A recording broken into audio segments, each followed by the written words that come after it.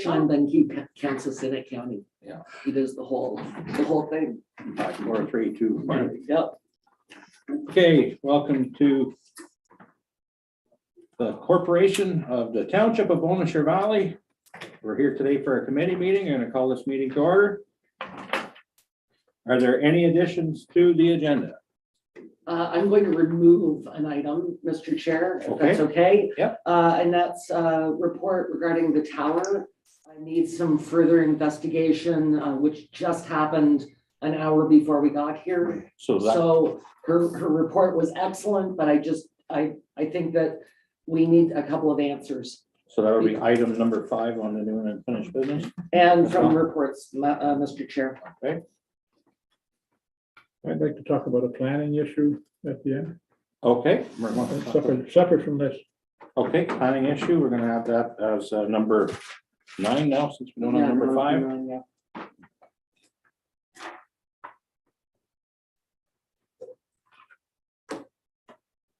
Nope. Anything, Brent? Anything, Jack? No. And I'm okay. Can I get a confirmation of the agenda as amended? Jennifer, all in favor? Is there any pecuniary interest or the general nature thereof? Just for one, I'll be declaring a perceived conflict of interest for the rezoning of 68 Queen Street. I'll most likely be involved with the redevelopment of the property and don't want this to impact decisions of council. I will remove myself from the meeting when necessary. So that's in relation to when we get to discussions of 68 Queen. Sounds like they got There's a good lot pile. going on. Got a bad pile up someplace by the sound of it. Yeah. The one out of here is gone. Did everybody get a chance to read the minutes? Can I get an approval of the minutes for our meeting from March the 15th, 2022? Merck, all in favor?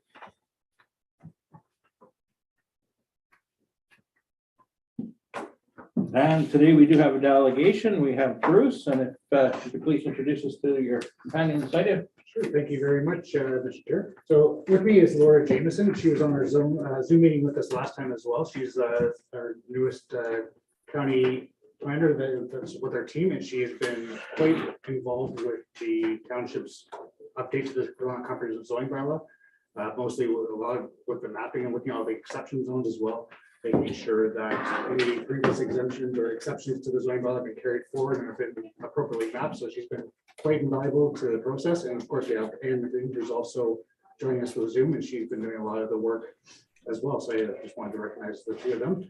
And yeah, thank you for very much for having us back, and we can try to pick up where we left off and move forward from there. So based on my recollection, we had talked about the number of dwellings per lot. And then we talked about the separation distances from mineral aggregate, some of the new provisions. Was there any other topics from last week that council wanted to revisit, or do you want me to just move forward?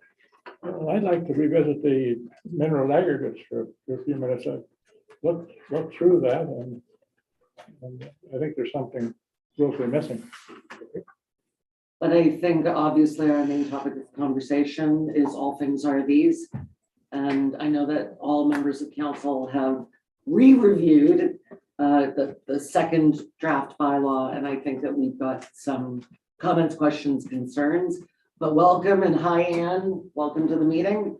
It's nice to see you guys in person. You can remove your masks if you're comfortable because you're sitting. There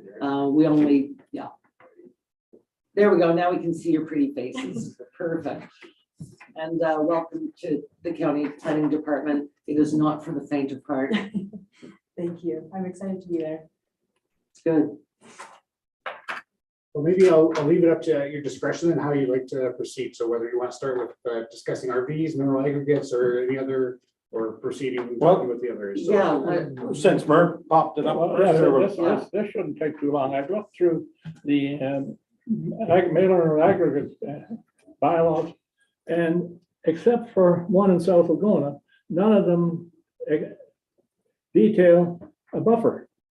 There's nothing saying you have to have a buffer in any of the bylaws. Now, I know that's a provincial regulation, but there's none of them except one gravel pit in South Laguna. Nothing in Grattan, nothing in Sebastopol. I think we should have a statement in there that buffers are required. I wouldn't want to put a figure on it. Buffers are required as per provincial legislation. If you put, 300 meters, then next week it changes, you've got a problem. But buffers are required to meet provincial legislation. I think the only concern I would have with that, and I love, by the way, we do it with mileage, we use the CRA rate, so you're not changing the bylaw all the time. I love consistency like that, where we're not changing bylaws. But I think for the ease of somebody reading it, if they're interested in severing building, etc., I think that there needs to be something in there that sort of tells the general public before they necessarily have to go to the county. Yes, and what I said, we should tell the general public is that we should have something in there. If they're doing anything around pits or quarries, that there's a buffer required. Buffer required on the owner's property, not sterilizing somebody else's property. That's what got us into this mess now. Buffers on the owner's property. But the thing is, may I think I figured some stuff out there, Bruce, since our last meeting. And Bruce had explained it to us too. The owner of the property doesn't, correct me if I'm going down the wrong path here, Bruce, but the owner of the property doesn't determine the zone of the line of the mineral or the aggregate, correct, Bruce? Correct. And it doesn't follow property lines. It's in the zoning already, Murph. So just because there's a quarry at your, let's use a fictitious name here. Let's call it Fred and Barney's quarry on Fort Chute Road. And it's a square parcel of lot. That the buffer doesn't extend from the outsides of that lot. It goes from the outside of the quarry zone. Am I correct, Bruce? And which could be already a mile outside of where that quarry already exists. Yes, sir. Well, then, excuse me then. And I don't want to get into this. I want to get into it later. But the problem we have is that the buffer, or they labeled the whole 100 acres as executive extraction, rather than just where the extraction was. They said, we'll name the whole 100 acres, but they never left a buffer. And there's nothing here to say they require a buffer. Sure, maybe I can provide some Yeah, clarification. that would be great, Bruce. Sure, so the buffer that we're talking about, there is a buffer already in your bylaw. So right now you already have one. Which way? I read them here. Which one? Your current zoning bylaw. The only thing, so under 3, I don't know the exact provision, I'd have to. Because I looked for them, and the only place is the one in South Algonah. You looked at the other ones, It's not, so it's under your comprehensive zoning bylaw, so it won't be under South Dakota or Grattan or anything else. It's under the existing Bon Shore Valley zoning bylaw. You have a buffer already. And the buffers right now are 150 meters and 300 meters. The only change is increasing that. Instead of being 150, it's going to be 300.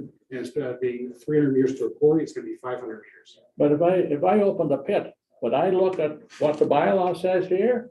Or would I look at the comprehensive bylaw? The comprehensive, this is going to be replacing your comprehensive bylaw. So this bylaw is proposing to take the old Bon Shore Valley zoning bylaw. The old one, the current existing one will be repealed, and this one will replace it. And so maybe for one thing, just maybe to help. I know it's going to be tough for everybody to see, but so these are the map schedules. And we tried to, again, they're intended to be, the draft right now, they're intended just to give you an idea of what it's going to look like, but they're intended to be digitally online, so that when a ratepayer wants to see the zoning, they can type in their property, they'll be able to go in, they'll be able to zoom in and see it. So this is kind of what I was talking about. Here's our Fort Chute. Here's would be Ralph's quarry. Down here would be, it's currently owned by Kavanaugh's right now. Yeah. So before, now, is this the current? That's the proposed. The proposed, so that's the proposed. So if we had, Bruce, a current and also proposed, it would be a lot easier, but so all this dotted line here, and this, which would also go into North Dakota Wilberforce, which cuts across here at Grist Mill Road. Correct. It goes across municipal boundaries. Absolutely. That would all be, all this area, here, basically, I'm gonna say 2/3 of Grattan is going to be, Sterilized. yes. But they have a Grattan buffer, is really gonna take a big hit. they have a buffer within their area. I think there's two things that it applies to. One, so when you have a licensed extraction area, whether it's a pit or a quarry, you have to get a license from the Ministry of Natural Resources. So if you have a licensed area where you're actually allowed to go in and extract that material and remove it from the property, the ministry gives us that licensed area, and this buffer is applied to only the licensed area, not to the whole thing.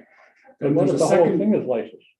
No, just the license that ministry has given the license for. If they license the whole site, then we would identify the whole site. If they only license a portion of the site, we would only buffer a portion of the site. What is done here, though, is not only licensed areas that receive the buffer, it is also the resource itself. So it followed, the province has given us mapping showing us where the aggregate resources are, whether there was an esker going through the property, whether it's just, there could be a layer that's going to be suitable for bedrock extraction. So wherever the resource has been identified by the province, those are the areas that also get this buffer saying, here's an area that has really good aggregate and may not be extracted or be in the place of being extracted right now, but in the future it has potential. Therefore, residential uses should be discouraged and not be permitted around these areas where the resource exists, so that it can be extracted in the future. It's not going to be hindered by houses being too close. So one question there. So what does that mean in plain English to people right now that have property within these new expanded buffer zones? What are they able to do? Are they able to build anything if they already have their property? Are they allowed to build shed? Because this is questions I was asked the last 2 weeks. So If they're, outbuildings, whatever, in those areas. So there's already that buffer in there right now. So there's already a 150 meter and a 300 meter separation that exists. And again, all we're doing, which I shouldn't say all, it is significant. Those buffer changes are being increased. So what that will do for some people is we have created, there are existing severed lots out there, or building lots that are going to be impacted by these buffers. So we built into the provisions of the bylaw specific provisions saying that if you already have a building lot and you're now within one of these areas, you're still allowed to build. This is not going to stop somebody from building on existing lots. What it will do is impact somebody if they want to come for a severance. So if they want to come and get a development approval or like a subdivision, or if they want to create a new lot, create a new building lot, then these buffers come into play.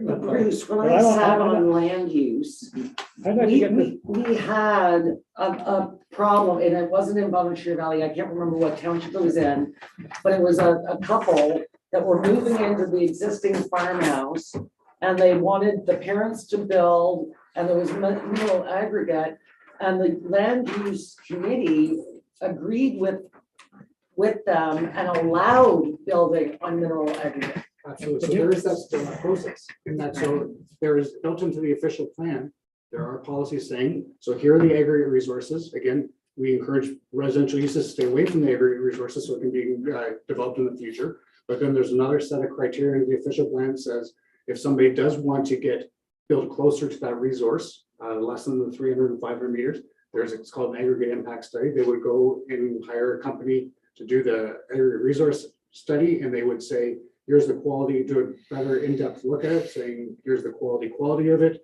Here's surrounding, for example, existing development constraints, there's already 3 or 4 houses around, or, there could be, here's berms that we can put up, or here's ways that we can mitigate to make sure that if we put a house here, it's not going to stop somebody from in the future from extracting that aggregate. So, and then they can reduce that buffer if they can demonstrate that putting that new house there is not going to constrain that future aggregate use. But in doing that, that's okay to say that, Bruce, but there's could be a substantial amount of cost for them to go and do this, get this testing and stuff done. It's gonna be added cost to them too, if they want to develop that land, right? So It's not just going and digging a few holes, I'm sure. but this zoning bylaw is not going to change that.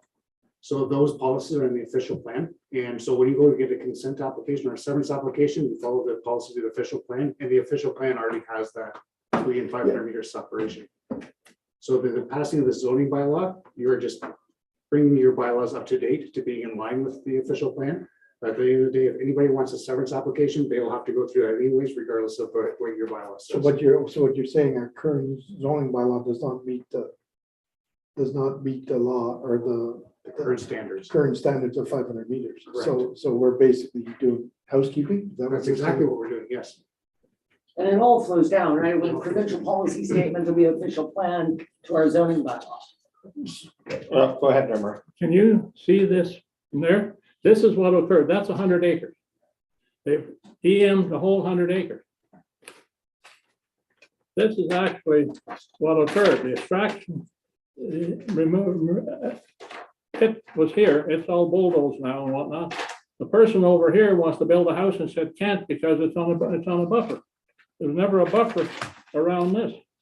There is around that. So again, it's just as we're talking about in the text, the buffer is in the text. So if you look at the Blanchard Valley zoning bylaw, you'll see in there is a buffer built into the text saying there's a 150 meter or 300 meters buffer in your But text. why was this person told then he can't do what he wants to do because there's no buffer, because he's too close to the, That's what I'm saying. There is a buffer. Your existing. yeah, it's bylaw- on, maybe not on his property, it's on the other guy's property. The other guy's property is sterilized because there's no buffer. Absolutely. Correct, it's buffered from the licensed area or it's licensed or from the resource. So even, there doesn't even have to be a licensed area there. It could be just a resource Yeah, that's. and it's buffered. Well, like I say, if you look at our Groton map, what it takes out, like, and so you figure out you got another 200 meters.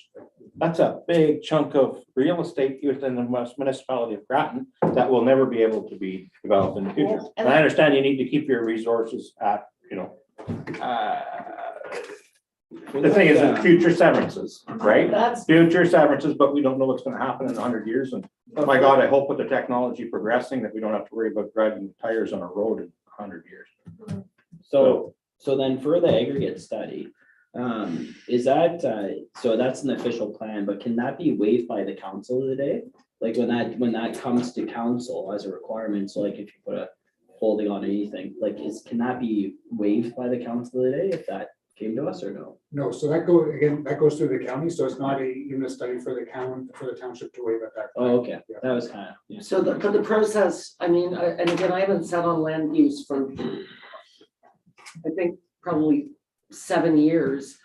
But there is the opportunity to, speak to that committee at county and sort of plead your case as to, why this makes sense. We've had MTO say that people can't put driveways off provincial highways. We've waived that. We did a mineral aggregate. So I think that there is an opportunity, and you brought up something very interesting, Bruce, that in some of these mineral aggregate areas, there are already homes that are built, that severances have been done, homes have been built. So realistically, that mineral aggregate isn't worth it anyway. But it does bother me knowing that this kind of growth, severing, building homes, these are the things that our small municipalities need. And it is so frustrating. And I agree with Tim. I think Groton gets kicked the hardest. Yes, I studied that map yeah. extensively over the last couple of weeks and I've seen and that's the thing, because there are so many quarries. There's and the quarry is the biggest amount of And there are some that are coming from the expansion Douglas on side. buffers. So yeah, when you look right across from our Spring Creek area, Yep. and all the way down to Spring Creek Road, Mhm. Foreshoot Road, plus all on Oxford Road, there's a lot of aggregate. So it's not, it's a smaller buffer, but it basically one overlaps the other. If you look at the map, there's a big part of Groton that will not be able to be severed and will not be able to be developed. So the only comment I would make would be that, as you correctly pointed out, we are in a rural area and rural areas have a lot of benefits to them. And one of them so the province has identified resources that you can't create more resources. You can't, like waterfront land. We're not making any more lakes, or we're not creating more, so waterfront lots are creating these days. Agricultural land, we're not making any more of it. So it's a resource to be protected and make sure that's there for the future. We're not making any more aggregate. And so it lies where it lies. Just like whether it's a petroleum resource or gold resource, the material is going to be where it is.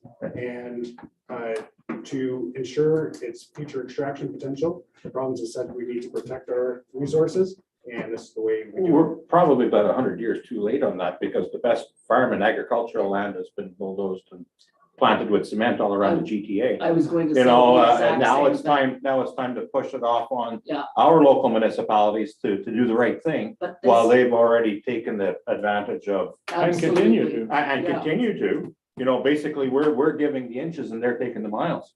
But I think that once again, we talk about this all the time, the rural urban lens. It is so easy to sit in the city of Toronto and say, oh, well, now we've got to protect that. But I mean, growth for us means growth for the county, right? It's good all round. And I just, yeah, this buffer does not, I'm So- with Merv on this. Another question there, Bruce. So when it comes to this buffer zone, since we're on this, say I owned a 100-acre farm in Grattan, and I've had it for years, and I wanted to build a barn, but now it's inside the new buffer zone that we've expanded. Would I be able to build that barn on my property now that the new barn is there? Because, or does it only apply if I do a future severance? And that's the way it's coming off, and even in the leader, as the way it's going to be. So as me, as a current landowner, am I allowed to build on the newly expanded buffer? I thought this only applied to severances. And this is what I want to straighten out, can I, or would it be involved in that? Yes. So I would be able to build my barn as long as I own that property prior to, because that was a question that was asked by a Of lot of course. people in the last couple of weeks, right? And we even we built in an exception that went through Okay. yesterday, that you could even build a house within that buffer. So if Yep. you have an existing building lot right now, we are recognizing that lot was approved and Yep. created as a residential building lot. And you will not have to apply for a minor variance. You will not have to apply for a zoning amendment. You will not have to do a study. You have rights to build on that Just a lot. building permit. You just need to come to the township to get a building permit. And that's what I wanted to get out to the public. That's why I asked that question, was because it's easier for you to answer that than me to do it a bunch of times. Yeah, and the article was, I think it's sort of, I mean, planning is not everybody's forte. It's certainly not mine. But it was a bit convoluted, and I think that, you know, the more we talk about planning, the more questions there are about planning. You know, the questions about the tariff and fees bylaw at the county. I mean, look at the discussion that went on there. And the county really has no control over that. It is the province that's dictating these expansions, correct? These are coming, yes, these are numbers that have been coming down from the province. They start up, everything trickles down. So it starts up, you know, at the provincial level, it trickled down into the county official plan. Now it trickles down into the zoning bylaw, which is the ultimate implementation of everything. So if someone did have a potential, you know, problem within the next while, what would their best course of action be to try and rectify there? Is that possible? It would be to go to your member of provincial parliament rather than anybody else, basically, is where you'd have to start in order to maybe right the ship, because that's where it's coming down from, right? Absolutely. Because you and I, really, we We are creatures of the province. and that's where, you know, I've been asked this by many people as well. How do we stop this or try to, or reverse it or whatever? And it would be a provincial matter. And It is a go to your provincial matter. local member of provincial parliament if it's an issue. So I would just reiterate again that this separation distance, it's not thing new. It's not a new concept. No. It's, you already have it. It's just, it's increasing. And there are built-in mechanisms to seek relief from it. So if a situation does arise that somebody needs relief from it, we've already put in some pre-established, I'll say, predetermined relief into the bylaw to try to help mitigate any impact on property owners. But if a property owner does need more relief from this provision, there are mechanisms built into the Planning Act that they can come to council and ask for that relief. But it's also more red tape, and it's also more cost on behalf of the person doing it too, because you would have to do your own study in the future on this in order to get, you know, geographical studies as well, or whatever it may be. Yeah, but all that exists already. The problem, Bruce, is it's going from 3 to 5. That doesn't exist. You know, so where now in 10 years, do we go from 5 to a kilometer? And And in another 10 years, they decide to go beyond again. And that's where, you know, it's always baby bites, right? but the shame of it is that provincial policy statement was enacted in 2014. they keep on updating, but it's been in there since 1997. Okay. That resource is being protected. And this is, as Jack said, this is housekeeping 94. because we just finished the official plan at the county level, which has trickled down to this, which we've been waiting for 6, 7 years. Yes. Yes. And even if council wanted to change or put it in a different number, There'd be challenges. there'd be challenges, and it wouldn't at the end of the day have that big of an impact, because anybody who wanted to create a severance, they would still be at the discretion of the, not discretion, but they would still have to conform with the official plan policies, which have the 3 and 500 in them.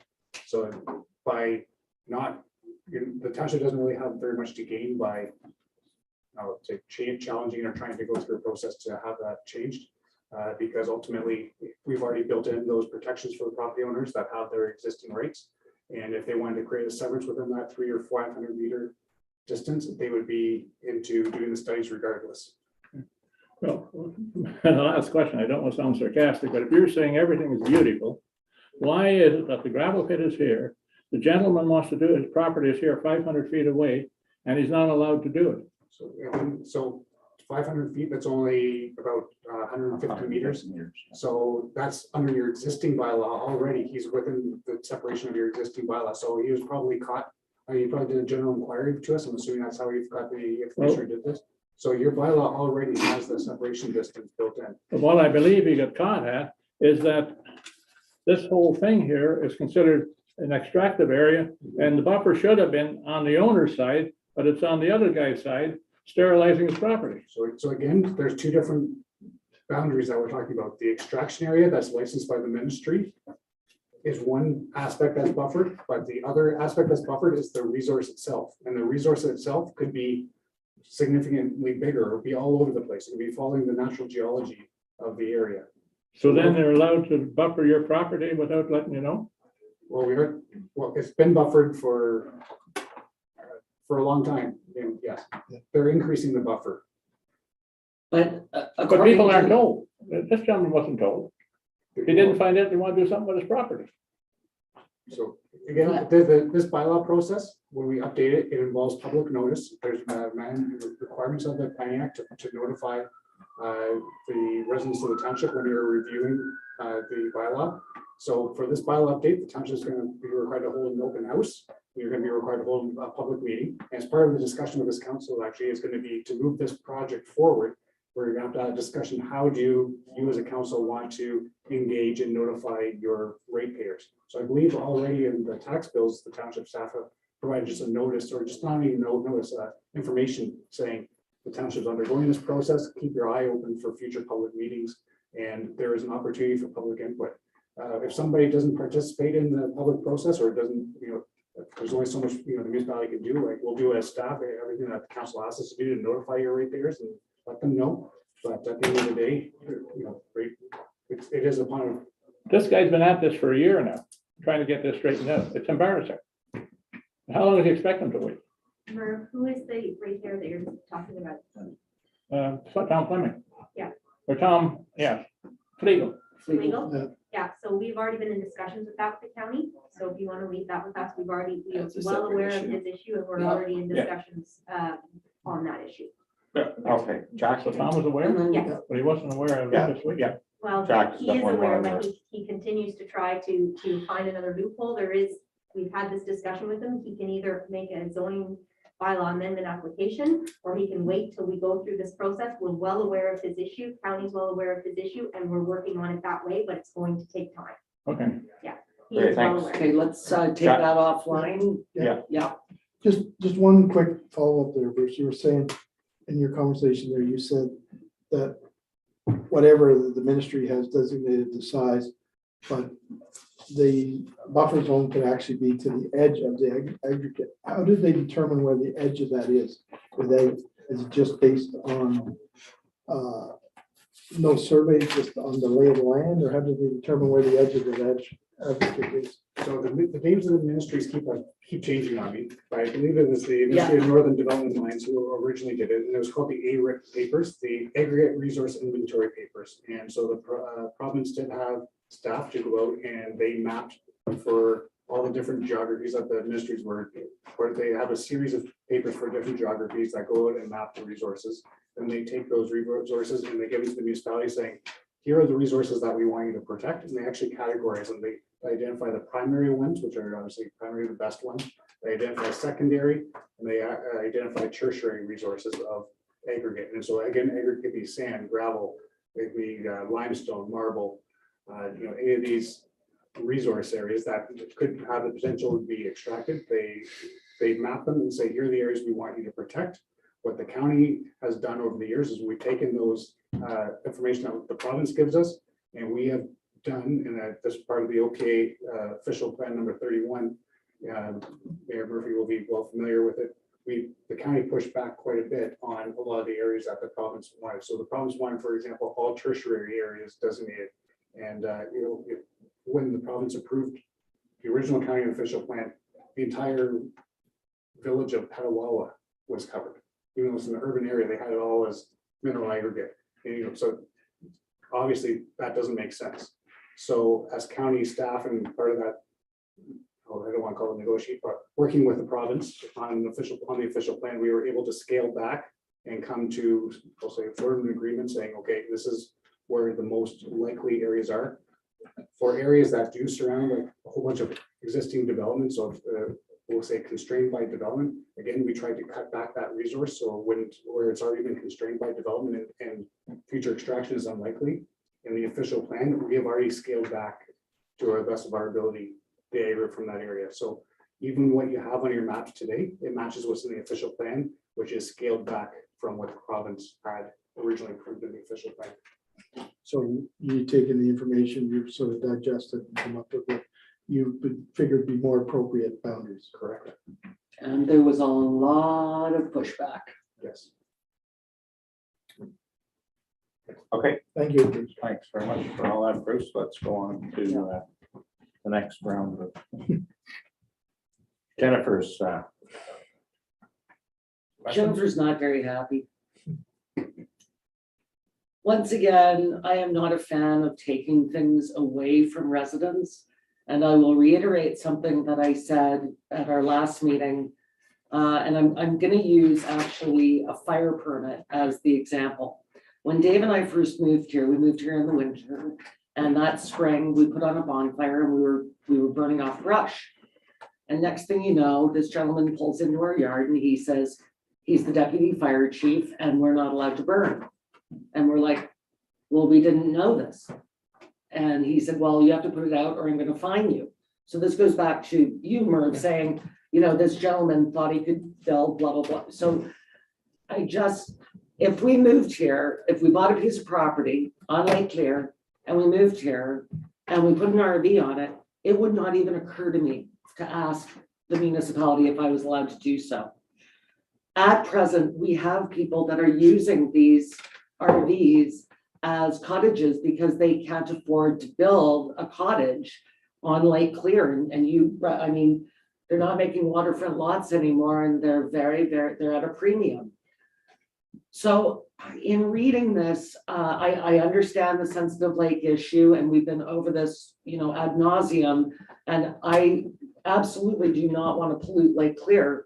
But I agree with my colleagues that I'm not sure an RV on a lot is creating more environmental hazards than somebody taking a teeny tiny cottage and building a 4,500 square foot home. That's, inviting guests and relatives and all the rest of it. So I actually can't wrap my head around why this is so forbidden. We have a piece of correspondence where we don't allow RVs in one section of the township. They're asking for temporary use because they're going to build a house. So I'm not sure. And my other challenge is enforcement. We just don't have the resources to enforce every time somebody says, well, that person used their RV for 25 days instead of 24 days. And I'm not sure where to go with this, Bruce, but it was we have people that are using them now. They are responsible stewards of the land. And I would like to know what remedy we have. Did I cover it all? Pretty much. I could be a little more nasty. Why are we worried about a trailer when you have some residents over hanging half over the lake almost? Well, that's I don't want to get into, Yeah. this person and that person and this person. It boils down to rules for thee, but not for me, and Yes, it's a hard one to swallow, especially. So the bottom line is, what, if any, do we have with, because the current zoning bylaw does not allow that. So is this question specifically targeted at Lake Clear? Well, currently, right, because, right, the way the zoning bylaw is read, it is targeting Lake Clear I agree. very much, because that's the only active capacity lake we have. So I'll try to answer your question. There's a whole bunch of topics that you hit there. I'll do my best to and give you an answer for each of them. So the first question was related to why are we targeting them or why are we not? So as I indicated at the last meeting, right now, the official plan has a policy for Lake Clear, which has come down through generations of the official plan that says the only permitted use on lots on Lake Clear are single detached dwellings. The bylaw that the township currently has reiterates that provision, but not just for Lake Clear, it's township wide, that unless you're in a trailer park, you're not allowed to have a recreational vehicle as your main primary use. You're not allowed to use your trailers for RVs for occupation. What the answer why, I can speculate as to why. I think through in the original our recreational vehicle report that I provided back in the fall, there's a number of reasons why municipalities all across Ontario don't allow recreational vehicles. One regarding, probably the biggest one is at the end of the day, as council, you're responsible for the cost of running the municipality. And recreational vehicles don't provide taxable structures, accessible structures. Unless they're hardscape. But you're still responsible for providing services to them. So a lot of municipalities, just on that issue alone, say we don't want them because we still have to maintain that road to get to that person. That person's using their infrastructure. That person's using our waste facility.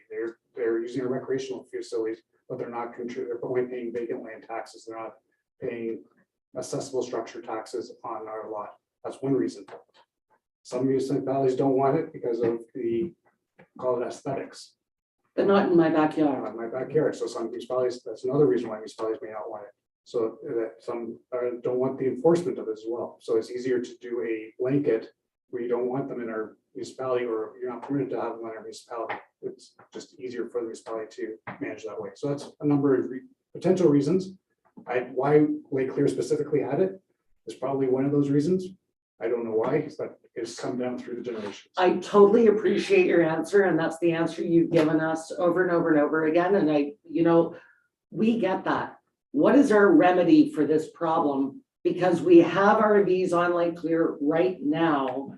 And again, I am not a fan, nor do I believe my colleagues are fans of removing something that has been allowed to go on for years and years and years. So step one would be to amend the official plan. So right now, the official plan only permits single attached dwellings. So the township would need to hire a planning consultant to do a land use study on Lake Clear. So it doesn't, as council mentioned, it's an high capacity lake.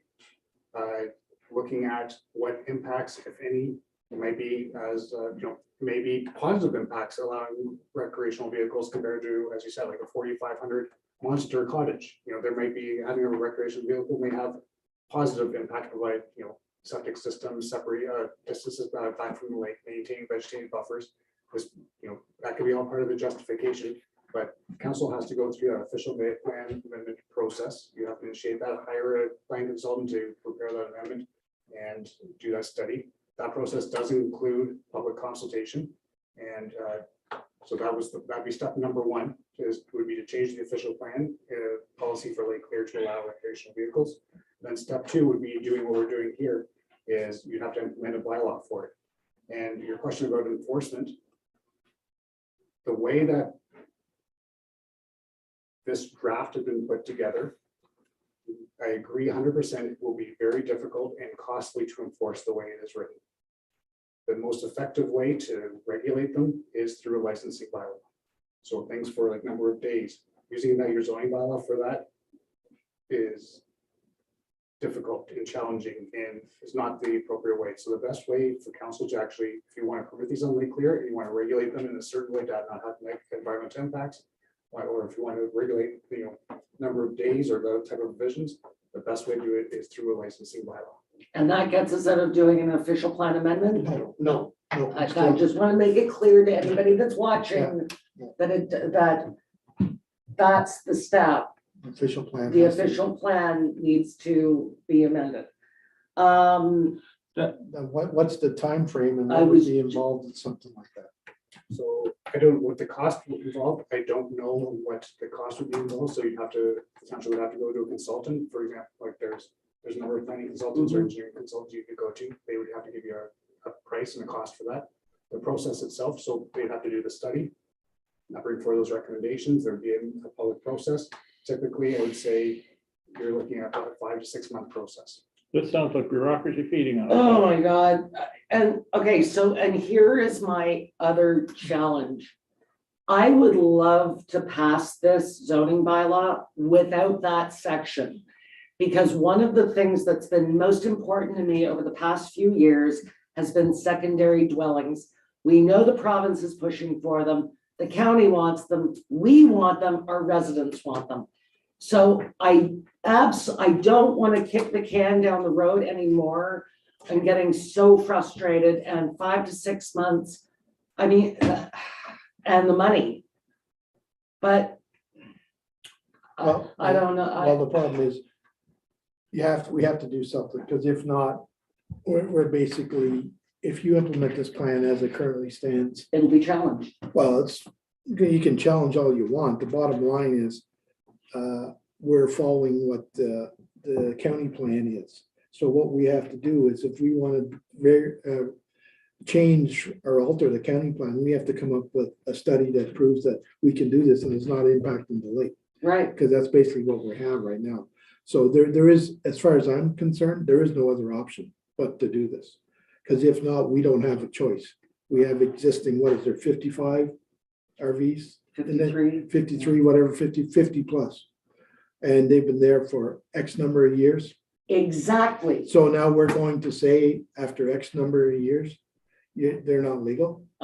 That's not what I come to council for. I'm not in favor of that. I'm not either. Yeah, I just want to confirm, so the people who have had these legacy trailers, again, if they have legal non-conforming rights, this bylaw does not, they are protected.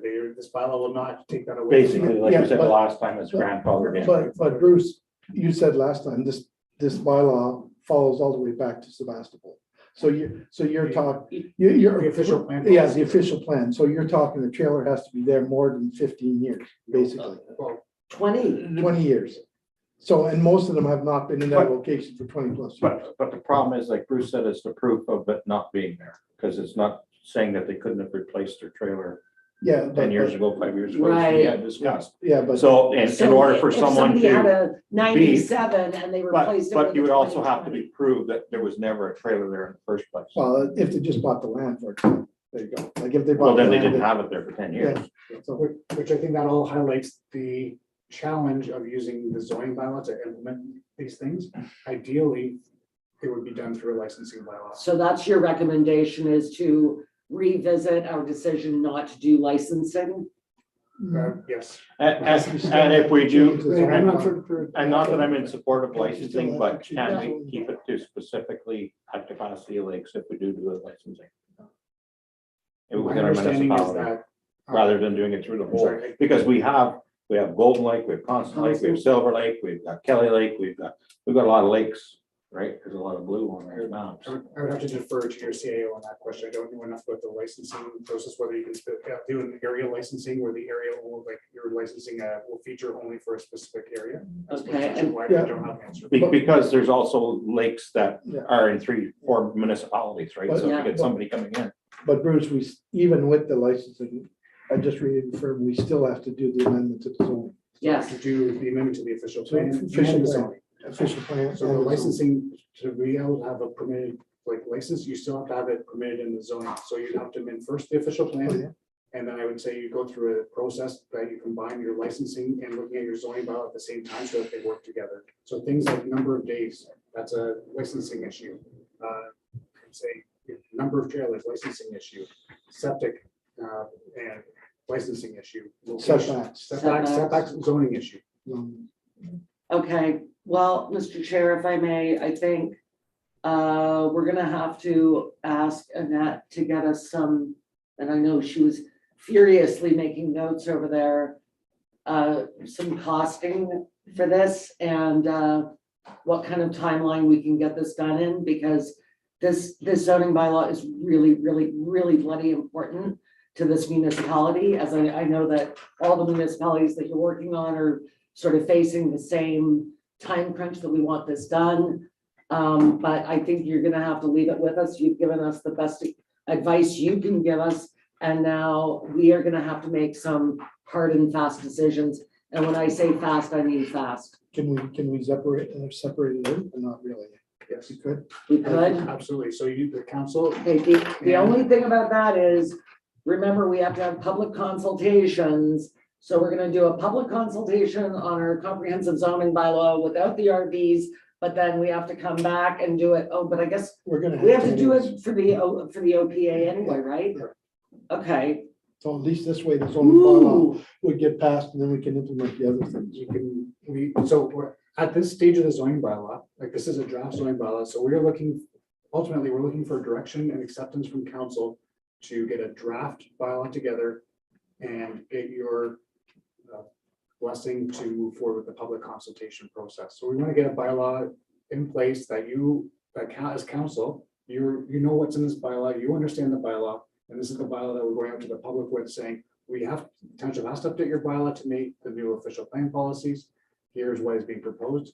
We can pull the RV section out of that and keep it to, currently RVs are not permitted. We can keep the current provision that you have in your zoning bylaw as it exists now, and then, push it down the line. Work on the discussion OPA amendment. After the OPA, then you can look at whether you want to do a license, relook at the licensing, and then update your zoning bylaw again at a later date. I think I'd be very happy with that.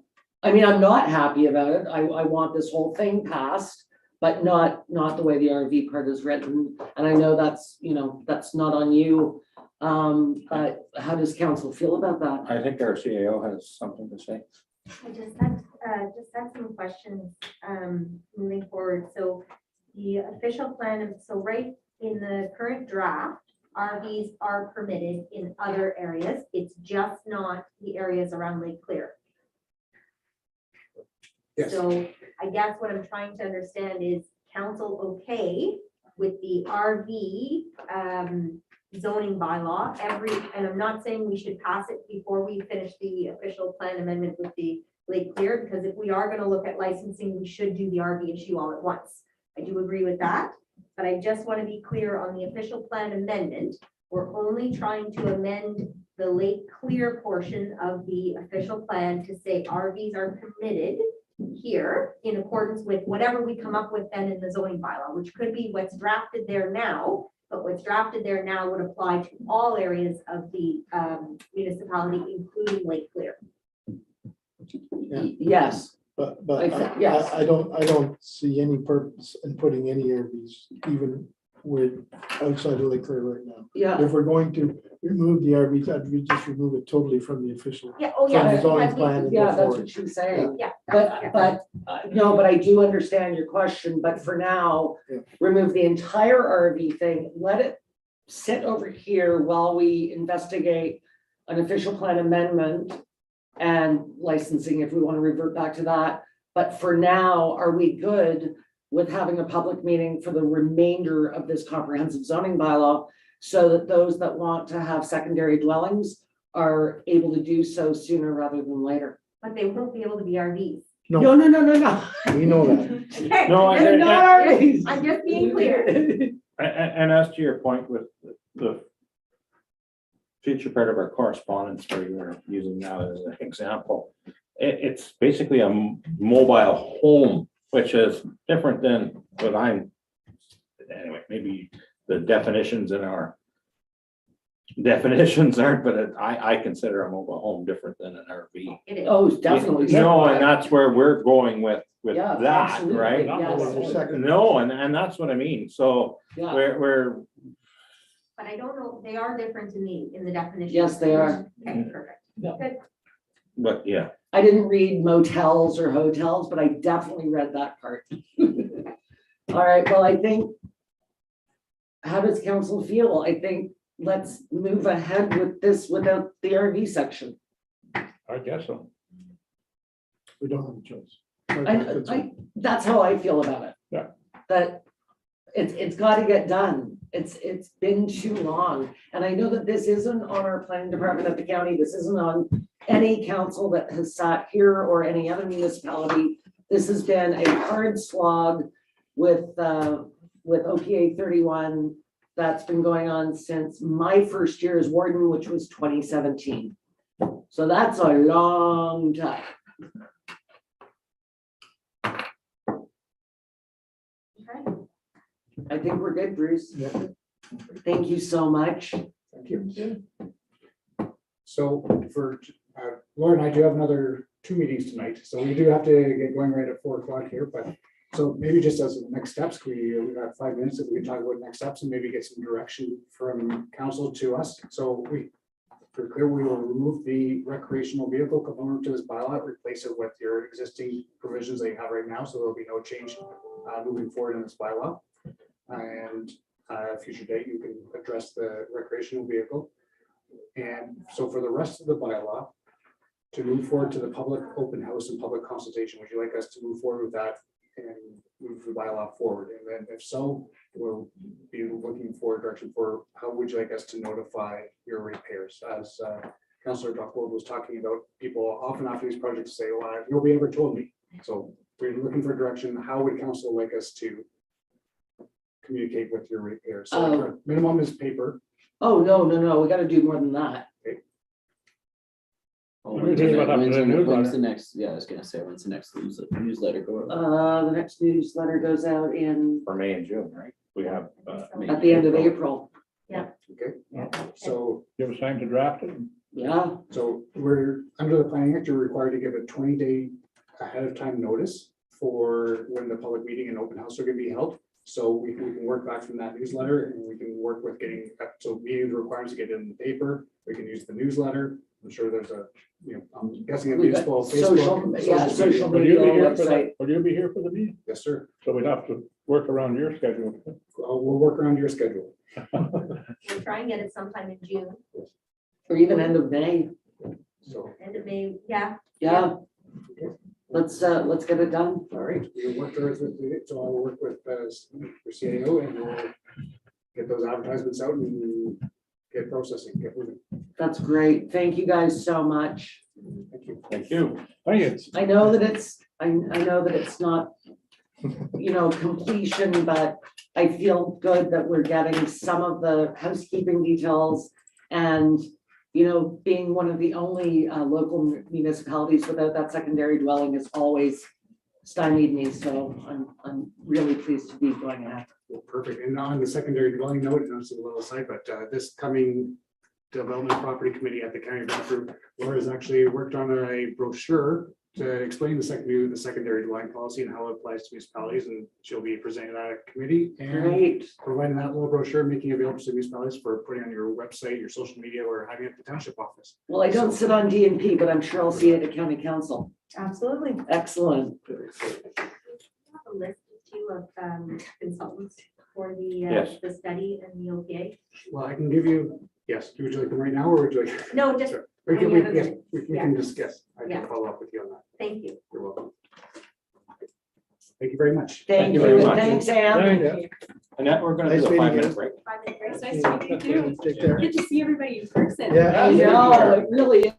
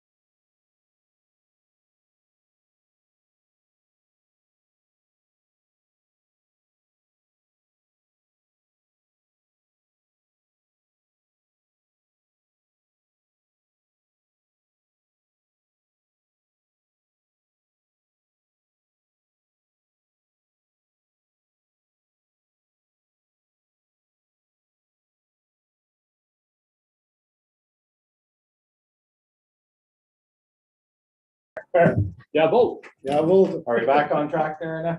Yeah. Okay, we're gonna welcome everybody back after the break, and we have Jason. Hello, everyone. Hey, Hello. AJ, So we'll start off with, the grinding has been completed at Snowdrifters, finally. finally. that was a knowing glance between Jason and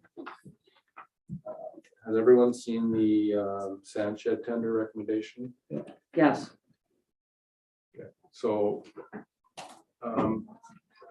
went with the bigger shed for future. build for growth. tomorrow, not for today, yes. So obviously we can't afford that. So I've downgraded the size to the exact same size as what is at Spring Creek right now. That will be sufficient and it'll get us through the winter with no troubles. So I would like to send out an addendum to get that size changed with the contractors. So you're basically reissuing the RFP though, correct? Yes. Like, because I always think in terms of, we put out an RFP, we didn't accept any of them, people then ask questions. So I think it needs to be clarified that this is a brand new RFP for a different size structure. Exactly. Yes. And so we had to decrease by 30% to get us roughly where the engineers figure we should be to get it where we want for the pricing. I just want to clarify that it's a post-tender addendum, so it's only going to the two contractors that bid. Oh, all right. Okay, I didn't really understand that. All So we right. still have the other option according to your report, Yes. which is quite a bit less. Yes, I did get some pricing on a Grizzly bear. Mhm. One that can be moved around. Yep. So the pricing that I got was between 85 and 100 grand. And you noted that it still fits into our modernization fund, And which is very important. Yes, so now it's still, we're still gonna spend, 3 days sorting and doing everything else, right? So 3 days, you got a guy in a loader and a little fuel, right? yes, and then trucking, if, we have to truck it into Eganville and we have to truck it to Foymount, depending on if the supply is running low in those other locations. That's what we generally do, right? We'll put what we can into the Spring Creek Garrett shed, and any surplus then goes to Eganville, and then the rest would go to Foymount. Just so we have enough reserve in. so would you not use the stockpile you have Yes. first? of the year? Before into the sheds. No, because we have to still mix it with salt. Anything that's outside doesn't have salt mixed in it. Right. So that still has to be mixed in. And the thing is, we would not get enough used up before it would freeze to a point where, we'd be running into more chunks than anything, and we'd have to run it through the Grizzly Bear, right? So you grizzly bear and then mix it with salt after. That's what the Yeah, plan so is. what's going on is when you mix it in the summertime, your salt actually gets absorbed into your sand, right? So you don't see it. When we do it later on in midwinter, you can see your salt. So actually what you're doing is you're making a sweet mix because your blend doesn't get mixed into your sand as much, right? The salt doesn't dissolve. Exactly, right, yeah. Okay, Because so you need the moisture in the sand. Yes. Since- Yes. since it's not a whole new RFP, it's an addendum to the RFP, what would be the turnaround on that? Much sooner. Yes. Because we Really? don't have to advertise in the paper twice. We don't have to do anything like that. So Okay. we should be able to have it back to council by the 19th of Yes. April. Oh, okay, then I think we should probably go that route if it's only gonna be 2 weeks. If it was gonna be 2 months, obviously, But still almost 100,000 over budget. And we can still, well, we don't know what the RFP will Yeah. come in at. it might come in at budget. Yes. But we can still deny them if we want to. There's no I'd like to see guarantee of them. acceptance. So I would think that maybe we should get the RFPs, and discuss it at the next meeting, and we Yeah. still have, if they're too high, or we Then, don't think yes. they're too high, we can still use the grizzly. That's right. Yeah, Yeah. Okay, And and then you could order the goods and have it by the fall, whenever you. Yes, need it. yeah, exactly. Now, that could fluctuate depending on how steel prices. go. Oh, for sure, You know for what I sure, mean? like, Like, yeah. Steel isn't going anywhere but up. No, that's right. okay, but, and I know that you're not in our next meeting, but you're gonna have to come to our Yes. next meeting, I guess. And, but now that Annette has explained the addendum, I was hoping that that would mean a much faster turnaround. Yes, we'll have, Then for the expected like lifespan of that new sand shed, what is the expected life expectancy? Is it like 25 years probably, or? the tarp has a 25-year warranty on it. Mhm. The rest of the building, Forever. it'll be there for Mhm. forever. You know, because you have galvanized rafters, right? So Concrete base. concrete base. Yeah. So actually, we're going to go with a higher wall than what we have right now existing. So you know, even by shrinking it, we're still going to get more in what our existing shed has right now. Puts the pressure away from the tarp. Oh, That's right. okay, yeah, that makes sense. And then for the Grizzly, how does that equipment fare it up in other areas? Actually, that Grizzly, we could use it for sorting topsoils also. Mhm. You know, there's other areas where we can use it to get more use out of it. you know? I've seen other pits screen their own stuff all the time, Yeah. you know, and especially if you're doing road stuff, you know, and you're digging stuff out, absolutely recycling. Right, exactly. You can really sift out your stuff.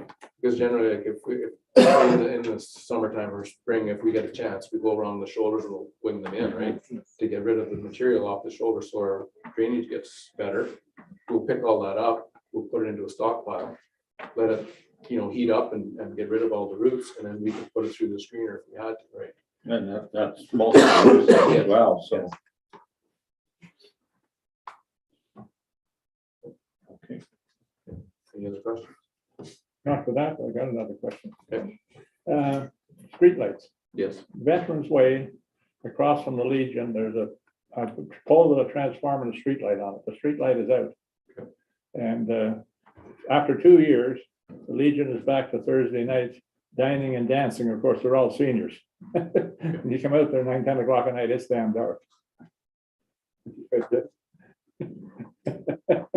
And that's drinking near beer. You walk in a lot easier than you walk out sometimes. Yeah, no kidding. Yeah. Yep, no problem, Merv. We have a list started for them and generally get our contractor to them. Okay. Jay, I know that you've got Augsburg Road on here as number 3, but I also had a note, can we do a ditch day? Because all the snow has gone away now and driving around, ditches are not looking so healthy right now. Yes. So maybe, Doing last year we did May long week. I was gonna I say the was first gonna week of say- May or something like that.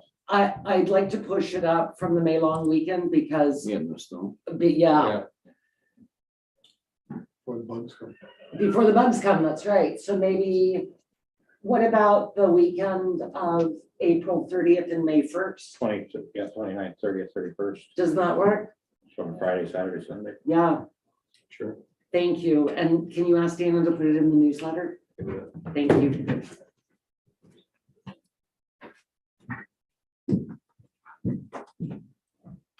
Jack's had enough. So that's when people will be able to, if they clean up the ditches, they'll be able to take it free to the dump. Yeah.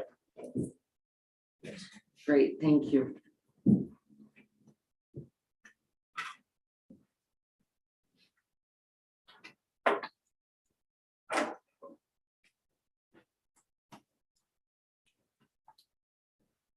Good to go. Good to go. Our Augsburg Road tenders have been opened, tenders have been in. They're under budget, which is good. Finally, something that's under budget. I'm kind of happy. The local PEI got it. Yes. One thing I noticed in certain areas really fluctuated now, traffic control in one of their breakdowns was massively different from one to the other. I was wondering how that could be, you know, that like $50,000 difference in traffic all along the line. Which is fine, it's gonna, I'm happy as long as they can do it, but I noticed that the variation in some of it. A lot of the others were very close within, you know, with the aggregates and the culverts and stuff like that, but certain things. You noted what I noted. In my notes, I've got, well, two of them are right within a margin of error, That's right. Yeah, but holy Hannah, the highest one is significantly higher. but that's why I was doing the breakdown, like where was the differences, Yeah. right? And, That yeah, was probably part of it. absolutely was. For sure. And your recommendation then, Jason? My recommendation is to go with Mountshire Excavating.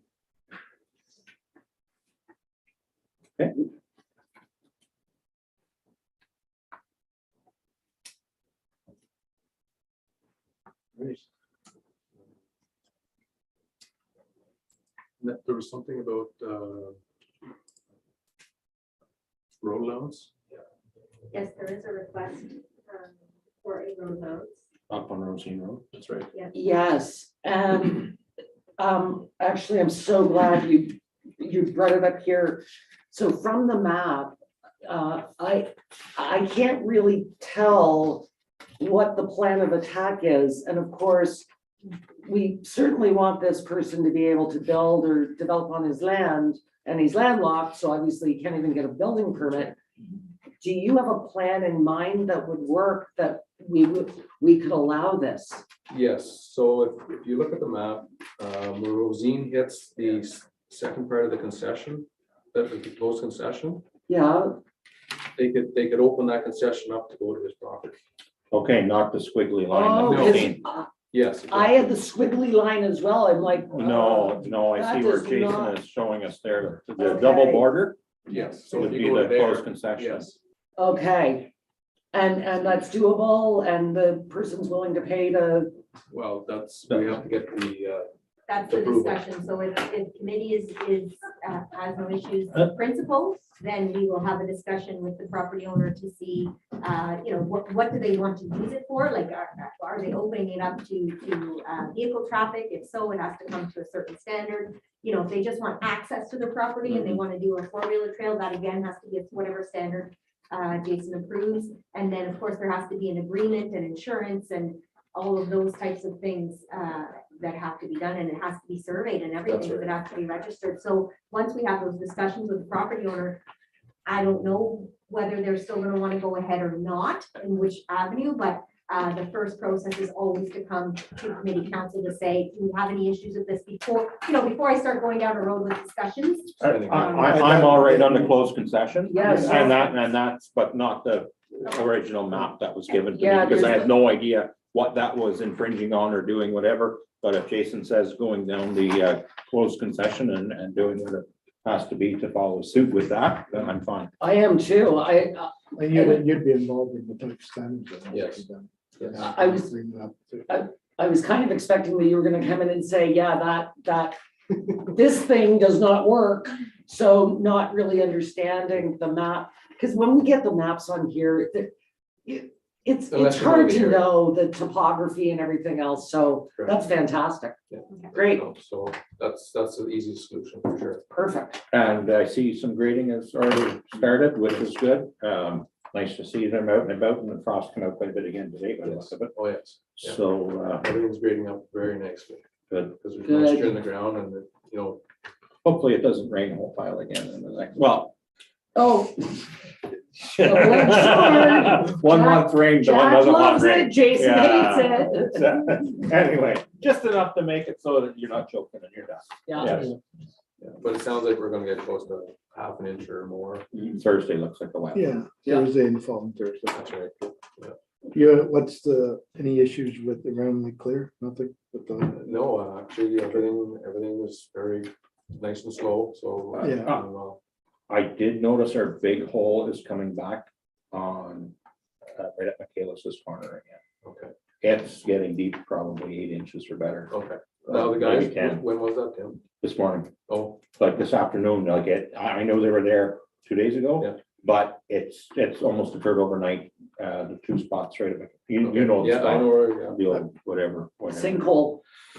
Yeah, it was at least 8 inches deep there. Oh my gosh, really? Have they done the About crimson maple? Yeah, you know. Very Fix those vocal. holes in there. Whoa. Crimson Very maple, vocal. Oh, yeah. quite a few of them there. Oh, yeah, no, the guys are on there today. Yeah. Where was that? Crimson maple. Crimson maple, but jeepers. Yeah, so Silver Lake Road right at the chaos. Yeah. I haven't been down there in the last little while. And it wasn't even that bad this morning. You know, like Yeah, when I so the first went, frost is- yeah, no, the frost, that's what I said, the frost coming out, the road was starting to get wet and I could see. And we haven't had problems there for maybe 2 or 3 years. Yeah. We put a bunch of 4-inch in that hole, Mhm. dug it out, we put a bunch in and. That fault just off the rock out there. Doesn't it, from there? There could be other things.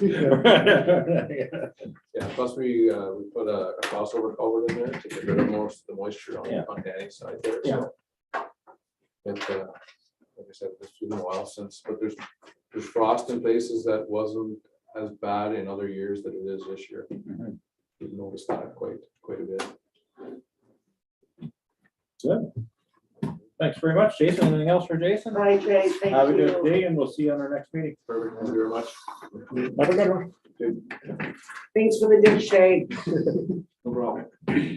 It's amazing though, like, as soon as the snow goes away, you start to see the Tim Hortons cups and Yeah, the- that's awful. That's. it just That's bugs awful. me. I- No, You know, that's, It bugs me. yeah, me It too. really does. It just irks me.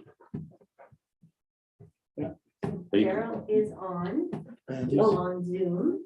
Oh, welcome to Zoom. there, Hello, Daryl. Daryl. Daryl, you're Zooming today. I asked him to put on his video, but he has not responded yet. That's good. That's good, yeah. Zoom. Oh. Nope, now he has disappeared. Oh, He the was report's there already 2 done. seconds ago, and I don't know where he went. Let's done it over with. Everything is good and functioning as it should. I know, I was gonna say, do we need him? Could that work? I mean, his report speaks for Oh, itself. here he is all again. the reports should.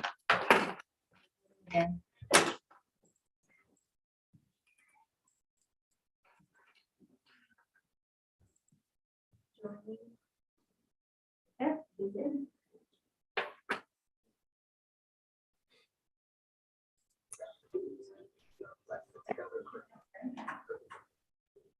Okay, Hey, Daryl. Hello. welcome.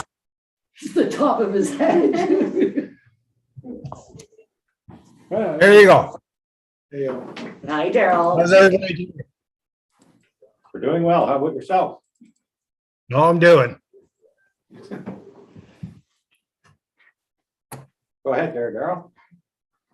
Okay, well, you got my report and we had an MOE inspection on the 9th and we did get the report back on the 27th or 22nd.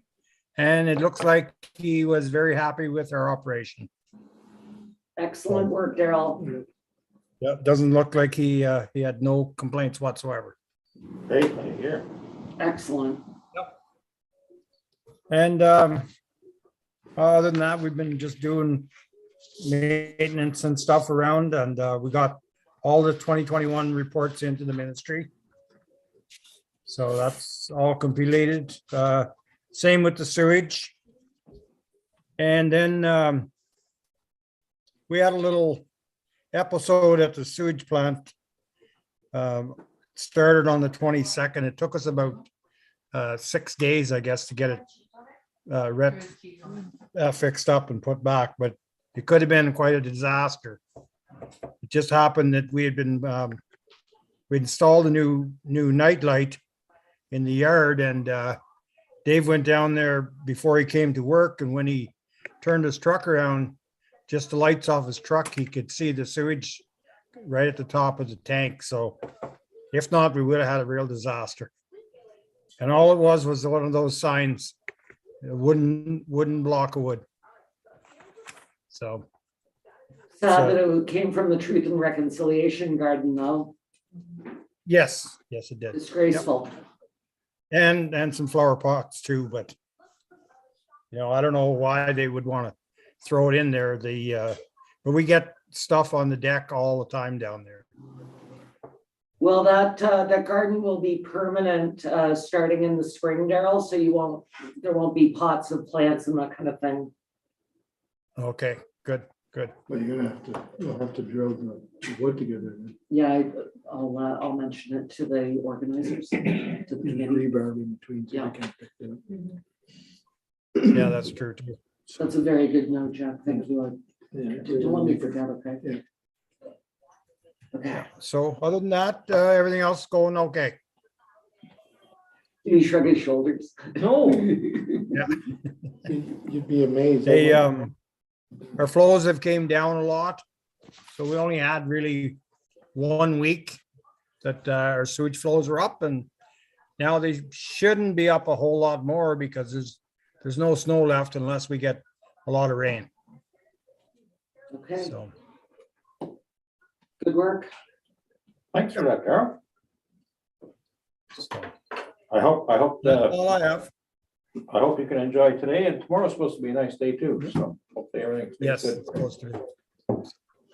So, Take care, and we'll see you next month, Daryl, hopefully. Bye, Daryl. Have a good one. thank you. Bye-bye. Bye.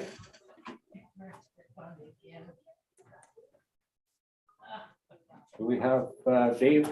So no, the fire chief did contact me and he was kind of in a bit of a jam with work today. Okay. And understaffed. Yep. So just ask if council has any questions on his report. If you can let me know, I'll be sure to pass them on to him and get you the answers. Okay, thanks. And then, anybody have any questions for the chief? No. We're all good. Did, Okay. I didn't look in the report, or I didn't notice in the report. We still haven't gotten anything for up at Foymount yet, eh? No, we haven't. But I shudder at the thought, just knowing construction prices right now. And Yeah, but we still have to know. Yeah, no, absolutely. No, but I will follow up again with him. for that. Yeah, because, yeah, I know I was talking to him and he said he was waiting for contractor, but I know it's hard to get prices, it's hard to get anything, and it's almost impossible to commit to anything long term. It's actually worse than what it was last year for. The only thing, that's not a question I had, is just reading the newspaper where Laurentian Valley seems to be saying, oh, we can train all our people ourselves. And did you read the article? I did not read that article, but And I'm wondering if I could get 2 or 3 departments together here and do our training ourselves right here. I think that's definitely a question for the fire chief, but again, this is OFMEM regulations and How the devil will be in the how details. do they, But that's what occurred, how do they think they can get away with it? I'm sure that everybody read the AMO correspondence on this. And AMO certainly is not on board with as it sits right now, so. Certainly ask them that question, because I'm sure they've had fire chiefs meetings. So if there's something different they're doing, I'm sure the fire chief knows. Cindy can believe it. Okay. Yeah. Yeah, I'll pass that. You see, I just recently read Megan the Leader, so I can pick up the new one tomorrow. I'll pass that on to him as well. Okay, anything else regarding fire? Good. Okay, Annette, would you like to give us your report? So I was going to give you a report on the tower. Yes. We're going to postpone that now until the county and the Ministry of Health gets back to us on the line of sight. Yes. Because it was confirmed to me, but they want to confirm it for themselves through their com. So they're going to pay for that investigation, which is fine for me. And when they have that answer, then I'll bring that report forward again. And if it helps, I think I will also contact the deputy chief and see if we can move this along to April 19th. Because although the tower is not going to fall down tomorrow, we certainly want to get this in the works again for supply chain issues. Yeah, they weren't sure they could have it by the 19th is what they just said to me, but if they can have it to us even the first meeting in May. Yeah, Yeah. So that was really all that I had, other than there's a few items in correspondence and new business that we're looking for direction on.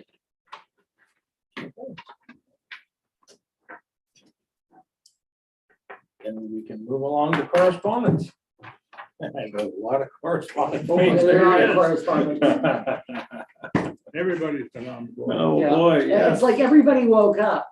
Well, I'm learning my Roman numerals. Yes, you are, that's right. One thing about it here, we're.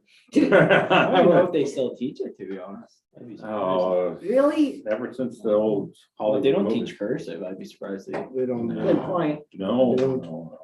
they don't teach. Okay, let's go, correspondence A, the Eagle Area Horticultural Society, thank you letter. Signal, everybody good? Number 2, correspondence A, the Reform Gravel Mining Coalition policy.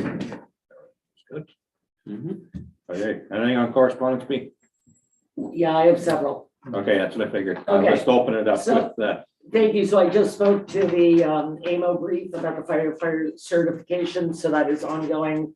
With AMO, we did have an updated county from AMO and Roma, but obviously it was, you know, everything's sort of a couple of weeks old, so I will have something for you at our next meeting. The Golden Lake Property Owners Association, I believe this is something we do every year. So I think we go ahead with that with staff direction, if that's okay with everybody. Yep. I wasn't sure about the Renfrew County 55 Senior Games support request. I didn't see I don't think that this is something we've done every year, but if, you know, if we wanna. I just realized that I forgot to add number 10, which was the, I apologize, Mr. Chair, the letter from Enbridge. That's all right, the chair will permit the addition of that. Thank you. If everybody is okay Sorry with about that. that. And, do I have to get a different agenda? No, it's just a friendly amendment. No problem. We're friendly here. County of Renfrew, the transportation master plan. We're all feeling really good about this. This is something that hasn't been done or hasn't been done in recent memory. It's a really great opportunity to figure out, you know, helping with our asset management plan, with our long-term financial plan, and also in the local municipalities. There was a letter from Catherine Forrester about Earth Day 2022. I'm assuming that council probably doesn't have a problem declaring May, whatever it was, Earth Day April April 22nd. April 22nd, thank you. Or 2020. As Earth Day in Bonachir Valley, and that sort of, you know, it kind of also corresponds nicely with our ditch day, trying to clean up the environment, clean up our area, you know, to keep our planet pretty. The other thing I had obviously was the request for the temporary use for the zoning bylaw amendment. I am fully in agreement with this. I don't see any reason why we would say no. But I will leave that up for discussion. Fee waiver request at the Bonachir Museum. This is something that we do every year, so I'm assuming council is on board, or committee's on board with this. And I also had asterisks the request to use the unopened road allowance, which we've already discussed. And if I may, Mr. Chair, I will take us to new and unfinished number 10, the letter from Enbridge. Enbridge is really community minded, and would like to know if there is a charity of our choice that they could donate to prove their commitment to Bonachir Valley and the village of Eganville. So at that, Mr. Chair, those were all of my items, but I would be happy to go back and talk about any of them, or if anybody had anything else. Are we going to recommend Enbridge tonight? Yeah, They want to know. My first gut reckon donate to the food bank. I was gonna say food bank as well, okay, that was my initial reaction as well. but. The one I was gonna recommend was actually like Eganville Area Long-Term Care Corporation, like which is Fairfields. Yeah.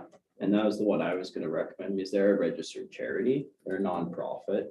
They've housed 39 people over the last 2 years as well, so.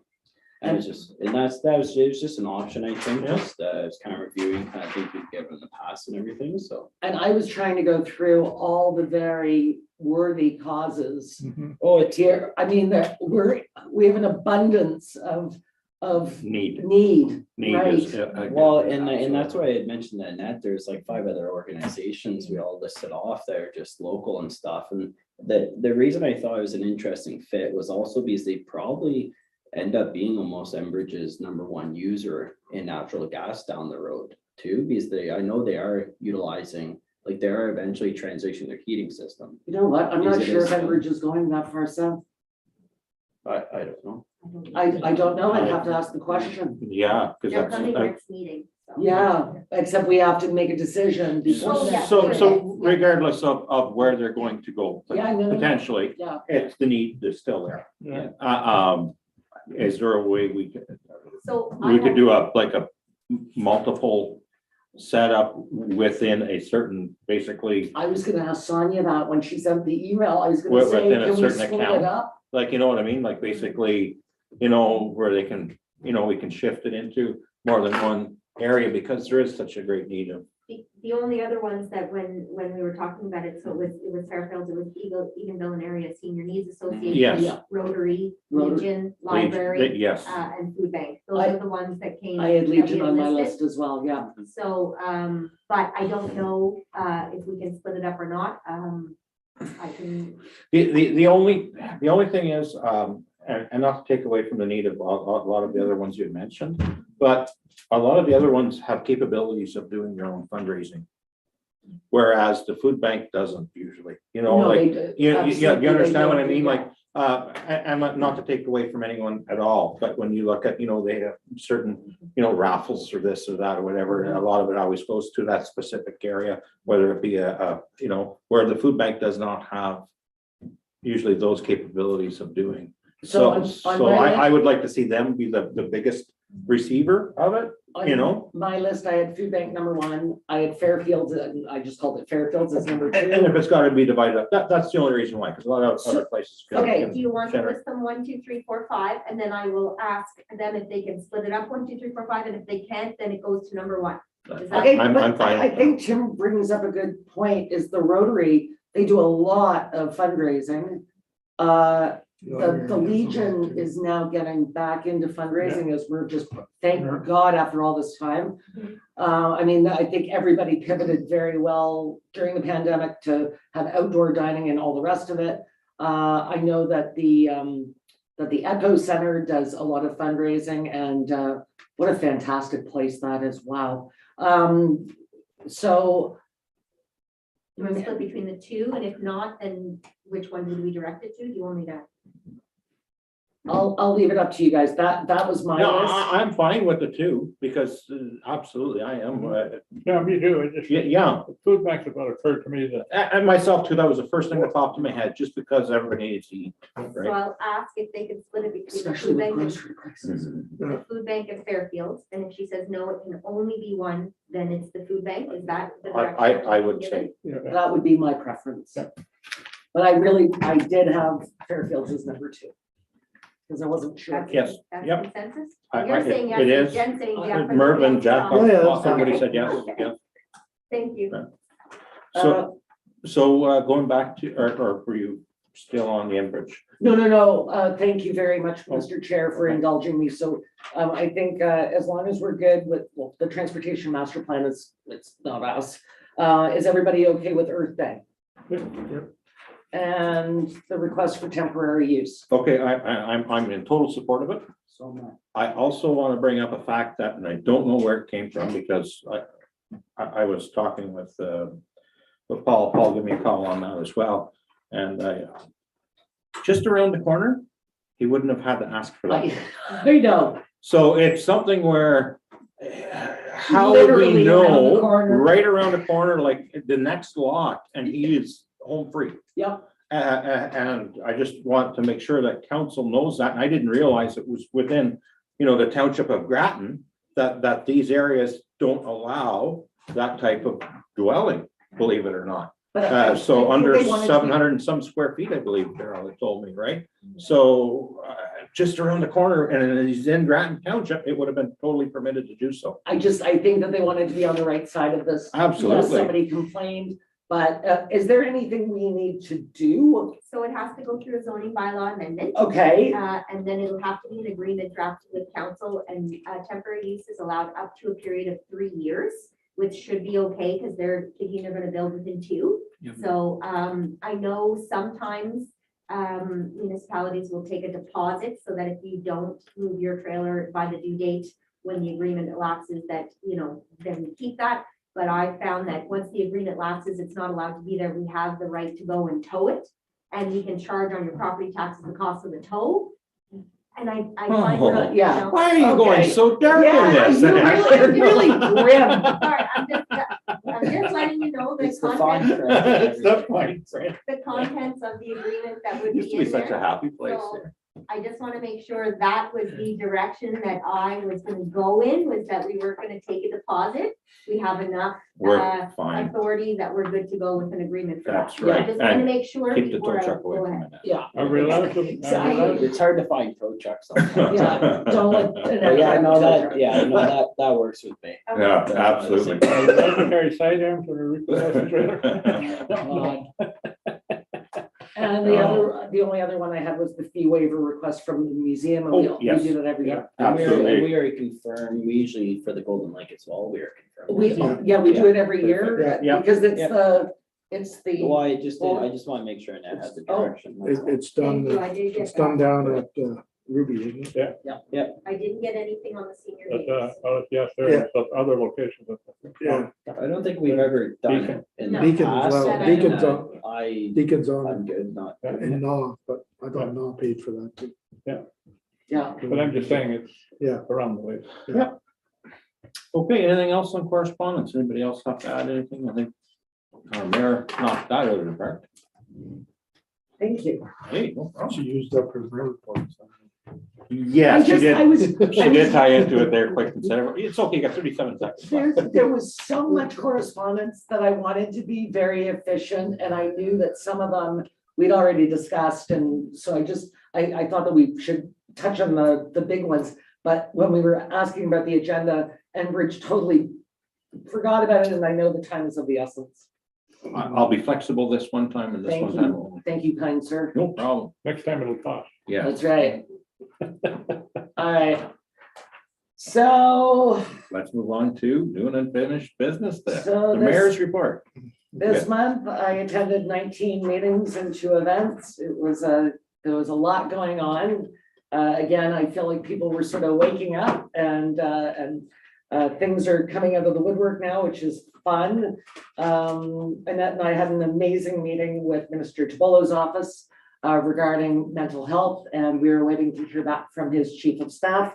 So I will keep you updated on that, but Annette and I were very happy with that meeting. On March 2nd, I was at an EACDG meeting. Apparently the properties in Bonachir Valley are selling 9% above list.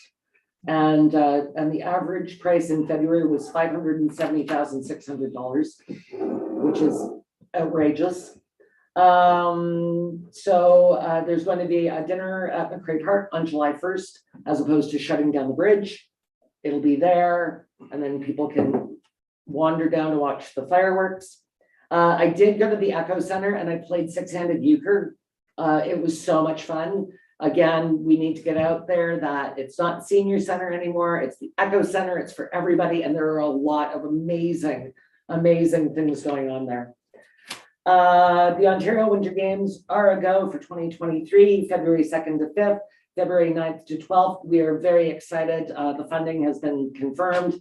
I submitted my budget 2 Fridays ago and it got blessed by the province. So yay, that's very exciting. I had an amazing meeting with a couple of very enthusiastic volunteers that we are putting together a committee, and I see I just got another email about it, committee for recreation for youth in our parks. So things like perhaps archery on a Saturday or kids yoga. So a lot of interested parents that are willing to come out and volunteer. And I will, once we have our second meeting, I'll bring it up with Kevin when he's here on the 19th. So it was a really good start. lots of stuff. Taste of the Valley, apparently we're going ahead. So we should hear about that very soon. I need to address something that was written in the Eganville Leader, that I voted against a $1,600 a year, over 4 years, increase to county pay. In fact, what I was voting against was the $14,000 that we make now in 2022, turning to $19,000 in 2023. That equates to $89,000 for 17 county councilors. I was actually 16 county councilors because the warden isn't included. I was not in favor. I was not comfortable with that.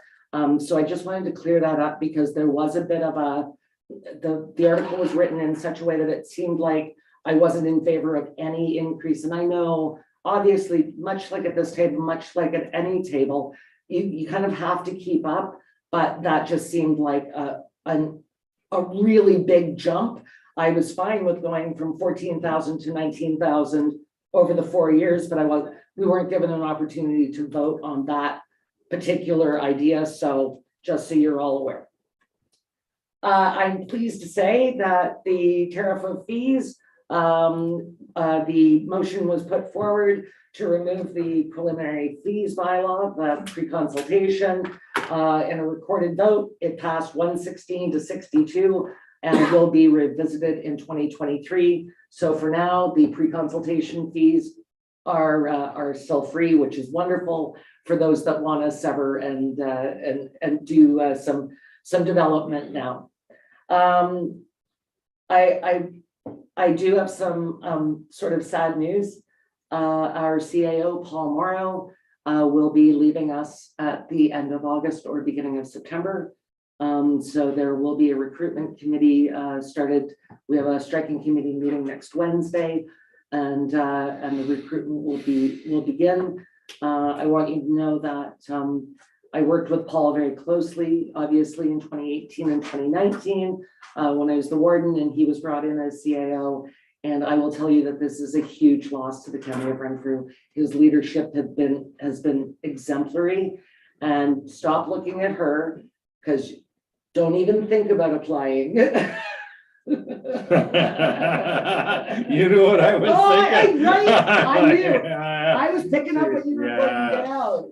Yes. So, so there, so that with a heavy heart, I'm reporting that, but Paul has just done a stupendous job.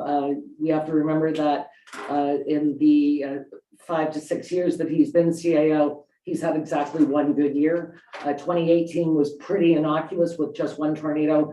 2019 was the flood. 2020 was the pandemic. 2021 was the pandemic. And now we're coming out of the pandemic and he's leaving us. So it's been a tough slog for Paul. So that is my report. I won't take up any more time, but if you have any questions, I'd be happy to answer them. You sure, Murph? I thought you had something there, Murph. You got a little question. Yeah, we're Go on, all Murph. we're all looking at Annette. How about you, Jack? No question. No questions for the mayor. What about you, Brent? No, I'm good. Thanks. Okay, no questions. We got a mayor break. No questions. No questions. EGC update. The water was running well. Yep. Everything's good. Everything is good. Water still runs downhill, Tim. It does. And we are in full swing of our percent. Yes, we are. And so far, we're still making money Paying the bills. today. Paying the bills. Not saying tomorrow, but today. Good. She's good. There, that's my report. Number 3, we've already did that. Number 4, we've pretty well taken care of that. Number 5, number 6, number 7, number 8, number 9, and number 10 was a planning issue. I think Mayor's By gonna. Murph. We've already, Okay, No problem. our next meeting date. Okay, sorry, Annette. In regards to the next meeting, we have Sonia coming in to talk about Enbridge. Oh, yes. Our financial statements will also be ready. Do you want the auditors here to present them, or do you just want copies of them? Do you feel comfortable with them? Do you want to look at them, and if you have questions, we can invite the auditors later, or do you want to Let's go present that them? Because they have to be approved, right? Council has to approve them at the next meeting, so are you comfortable approving them, or do you want Aaron here to present them before you approve them? I'm fine with, So we have to approve them at the next You have meeting. to approve them at the, I mean, you don't No, have to, if I we can do the first meeting in May, approve them, correct? You can if you want to, yeah. I was going to have them approved for April so that May we could approve budget, second meeting So in May, if- we could do the tax rates, but Aaron is good for questions at the present time. we can push Yeah. that. Aaron's come in before. Oh, yeah. Yeah, so, yeah, Aaron's good to deal with, I think. I think she was only here for 15 minutes the That's last right, time. yeah, Then if she wants to come in, if she's I don't think available. Sonia will be longer than half an hour. no, No, I'm okay with that. I think it gives the press a chance to ask questions. Absolutely, Just yeah. schedule them in 30-minute blocks and. but I don't think Aaron has to come all the way from Renfrew. No, she could zoom in. Yeah, Whatever she chooses. If she Whatever. wants to come in person, Yeah. she can, and if not, send her a If she link. gets travel time, sure. Okay, with gas prices, oh my God. No different than- There's some full- horses full coming from charges. Douglas. It's full charge, Yeah, if she chooses to come in, that's fine. If not, we can send her up with a Zoom link. I would say. Does that work better, Net? yeah, that works great for me. Like, we can push it off and then not have the tax rates passed for the first meeting in June, but that's the very latest time we can do it. It just squeezes staff a bit, Yeah, let's not do that. so. Okay. Perfect. All right. Thank As you. long as that's okay with you. Don't be going to no county with an application. That Okay. works for me. Thank you. Am I allowed to set a next meeting date yet? Okay, we're gonna do that. And that would be 19th April? Works for me. 19th of April at 3 AM or 3 PM? PM preferably. 3 PM, perfect. Media session, Debbie is not here today. I don't see any questions coming in the gallery. I really thought people were gonna take us up on that. We only got like 2 people before, like. Good, the maps. Maps would spread all over the place. Can I get somebody for, Brent, conclude the meeting. All in favor? Aye.